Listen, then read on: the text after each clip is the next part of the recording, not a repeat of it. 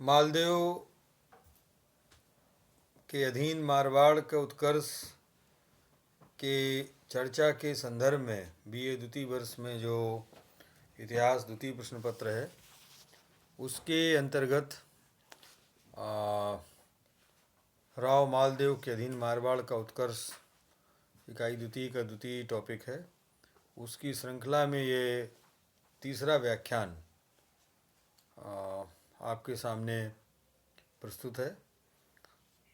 1542 ईस्वी तक मालदेव अपनी शक्ति के चरम उत्कर्ष पर पहुंच चुका था।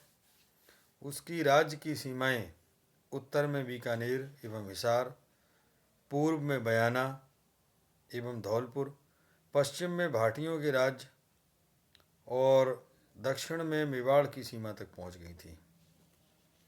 इतना बड़ा राज्य इससे पहले किसी भी मारवाड़ के शासक ने स्थापित नहीं किया था और उसके बाद भी किसी राठौड़ को इतने बड़े विशाल भूभाग का स्वामी बनने का गौरव प्राप्त नहीं हुआ।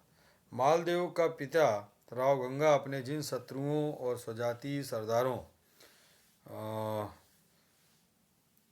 को पूरी तरीके से मर्यादित नहीं कर पाया था, उनको मालदेव ने जड़ से उखाड़ दिया था।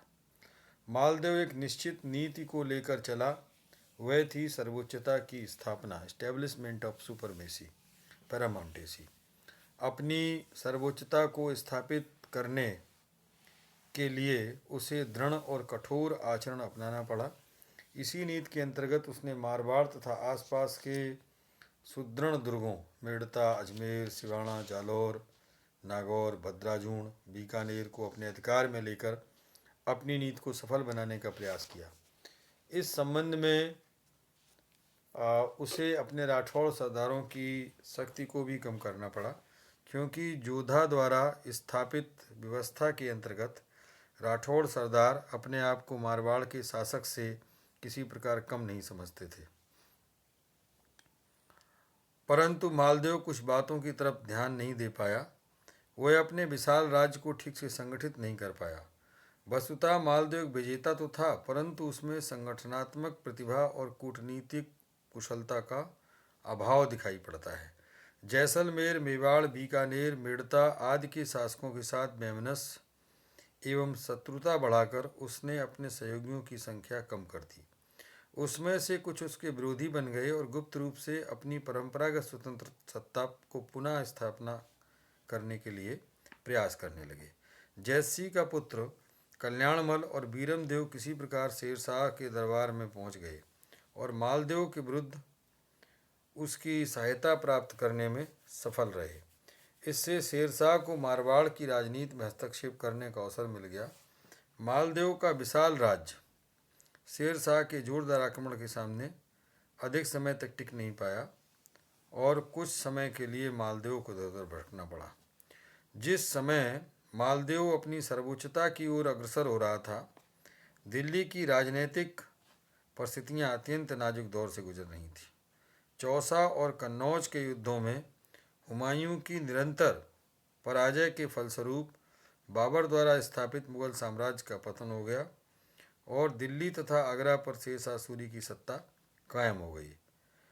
शेरशाह दिल्ली के सिंहासन मात्र से संतुष्ट रहने वाला व्यक्ति नहीं था। उसने अपने शत्रु हुमायूं को भारत से ही खदेड़ने का निश्चय किया और इस काम के लिए विश्वस्त अधिकारियों के नेतृत्व में एक शक्तिशाली सेना हुमायूं के पीछे लगा दी। पराजित हुमायूं को आश्रय की तलाश में इधर उधर भटकना पड़ा।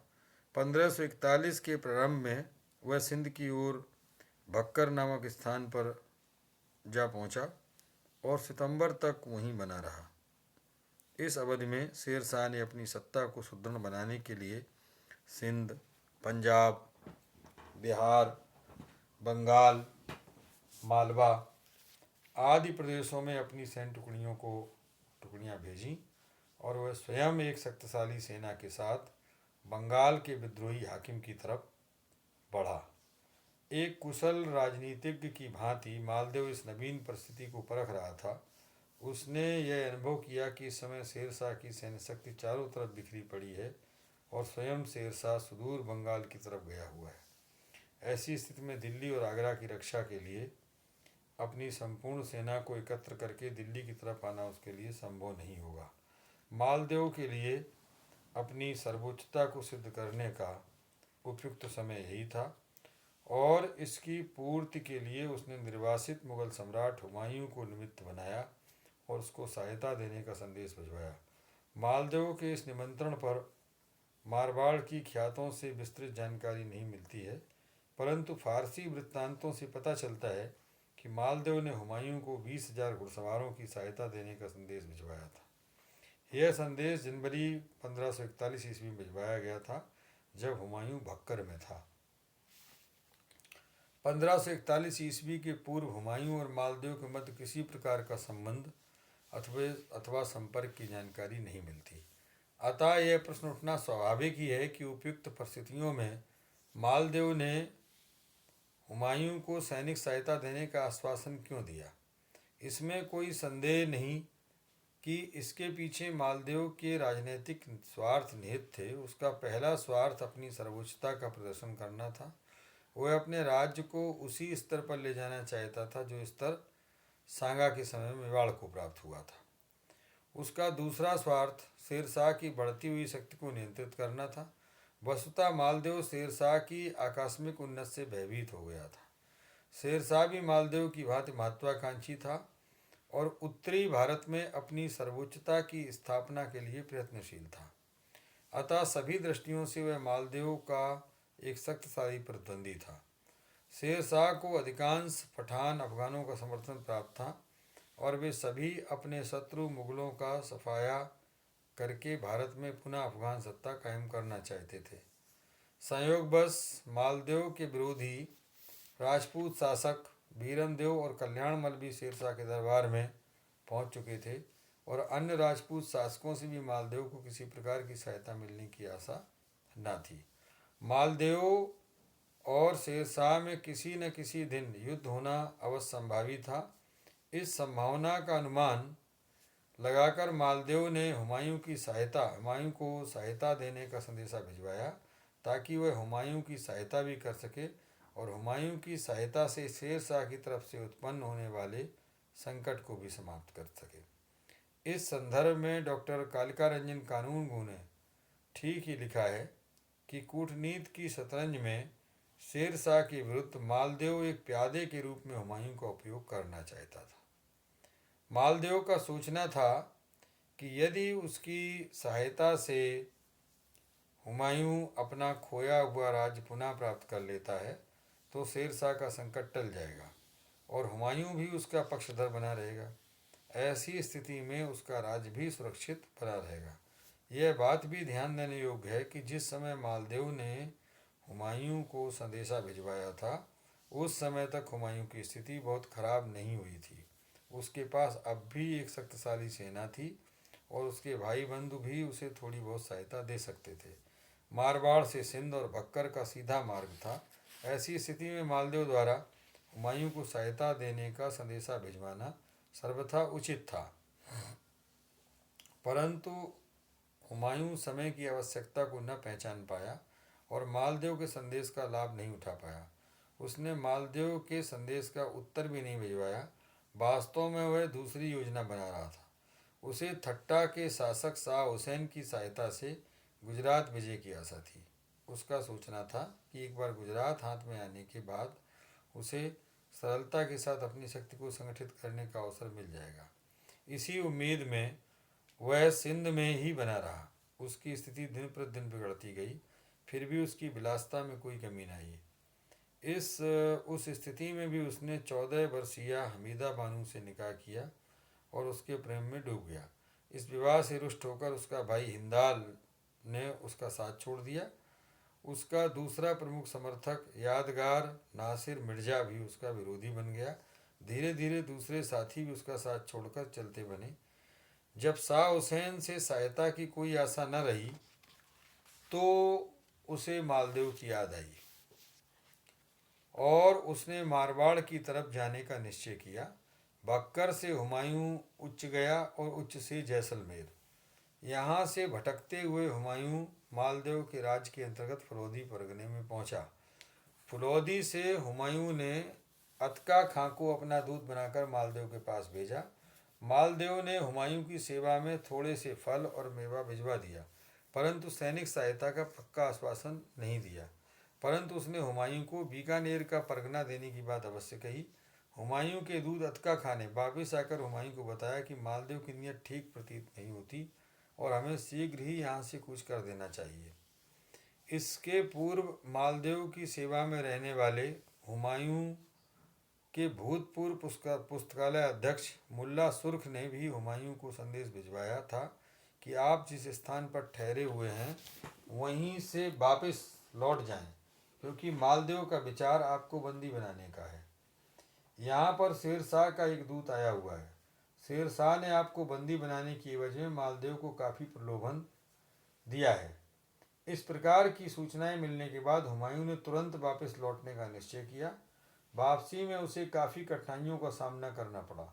22 अगस्त 1542 ईस्वी को वह अमरकोट पहुंच गया और जहां के राणा ने उसको आदर सहित आश्रय प्रदान किया। लगभग सभी मुगल इतिहासकारों ने मालदेव पर हुमायूं के साथ विश्वासघात करने का आरोप लगाया है। जौहर तथा अबुल फजल के विवरणों से यह ध्वनि निकलती है कि मालदेव हुमायूं के जवाहरात लेना चाहता था और इस उद्देश्य से अपना एक विश्वस्त व्यक्ति भी हुमायूं के पास भेजा था। इस प्रकार का आरोप एकदम निराधार है, क्योंकि गुलबदन बेगम ने अपने ग्रंथ हुमायूं नामा में लिखा है कि हुमायूं के फुलौदी पहुंचने पर मालदेव ने हुमायूं को सहायतार्थ एक ऊँट बोझ स्वर्ण मुद्राएं भिजवाई थी। तब भला मालदेव को हुमायूं के जवाहरात हड़पने की क्या आवश्यकता थी। दूसरा आरोप मुल्ला सुर्ख के पत्र के आधार पर लगाया गया है कि शेर शाह ने अपना दूत भेजकर मालदेव से आग्रह किया था कि वह किसी युक्त से हुमायूं को बंदी बना ले। इसके बदले में शेर शाह ने मालदेव को कुछ प्रदेशों का प्रलोभन दिया था। गुलबदन और अबुल फजल दोनों ने इस घटना का उल्लेख किया है, परंतु उन दोनों का विवरण सही नहीं है। यदि मालदेव को अन्य प्रदेशों का इतना अधिक लालच रहा होता तो वह हुमायूं को अपने राज्य का बीकानेर परगना देने की बात नहीं करता। एक अन्य आरोप यह लगाया गया कि मालदेव ने हुमायूं के पीछे 2 गुप्तचर लगा रखे थे। वस्तुतः वे गुप्तचर न होकर मार्गदर्शक थे। गुलबदन ने भूल से उन्हें गुप्तचर लिख दिया था। मालदेव को इससे उससे किसी प्रकार का संकट अथवा उपद्रव की आशंका न थी, अतः उसके पीछे जासूस लगाने का कोई प्रयोजन नहीं रहा होगा। एक अन्य आरोप यह लगाया गया कि हुमायूं की वापसी के समय मालदेव के लोगों ने उसके साथ अशिष्ट व्यवहार किया, परंतु यह आरोप भी सही नहीं है। इस संदर्भ में डॉक्टर भार्गव ने लिखा है कि जैसलमेर के भाटी मालदेव के सैनिकों ने हुमायूं के साथ अभद्र व्यवहार किया था। जौहर ने भी मालदेव भाटी का ही उल्लेख किया है, परंतु जौहर के ग्रंथ के अनुवादक स्टीवर्ट ने उसे मारवाड़ का शासक मालदेव समझ लिया और इस प्रकार मालदेव के विरुद्ध एक और आरोप जोड़ दिया गया। यह ठीक है कि परिवर्तित राजनीतिक स्थिति में मालदेव हुमायूं की सहायता करने की स्थिति में नहीं था, फिर भी उसकी नीयत बुरी नहीं थी।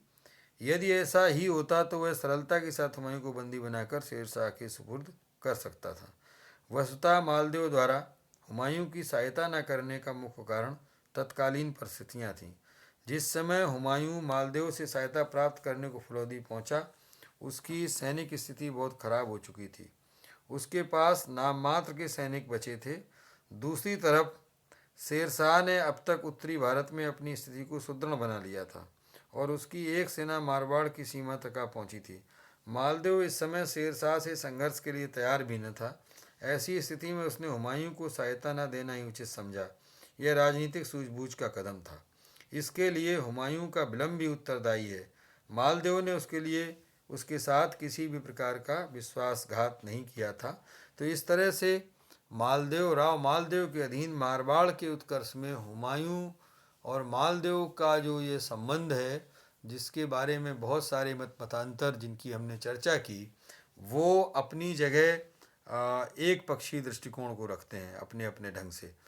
किंतु राव मालदेव एक खुले दिल दिमाग का शासक प्रतीत होता है और उसने हुमायूं को जो पहले निमंत्रण भिजवाया था उस पर समय से हुमायूं का रिस्पॉन्स या जवाब न मिलना ही मुख्य रूप से उत्तरदायी माना जाएगा।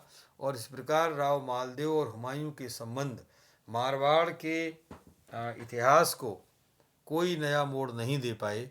यदि हुमायूं अपनी सूझबूझ से काम लेता और अपनी आलसी प्रवृत्ति से ऊपर उठ करके राव मालदेव के पत्र का या संदेश का सही रिस्पॉन्स देता, तो शायद मारवाड़ के उत्कर्ष में एक नया अध्याय जुड़ा होता। आशा है आप इस व्याख्यान को सुनेंगे, समझेंगे, और कमेंट बॉक्स में आपकी यदि कोई जिज्ञासा है तो ज़रूर आप अपनी जिज्ञासा को भी हमें लिख भेजेंगे ताकि उसका समुचित समाधान किया जा सके। अभी राव मालदेव के अधीन मारवाड़ के उत्कर्ष में राव मालदेव और शेरशाह सूरी के संबंधों की विवेचना हम अगले व्याख्यान में आपके सामने प्रस्तुत करेंगे। और तब तक के लिए धन्यवाद। आपने व्याख्यान सुना, और जो भी आपकी शंकाएं हों, वापस मैं कहना चाहूँगा आप कमेंट बॉक्स में जाके अपना कमेंट अवश्य लिखें। पुनः एक बार आपका धन्यवाद।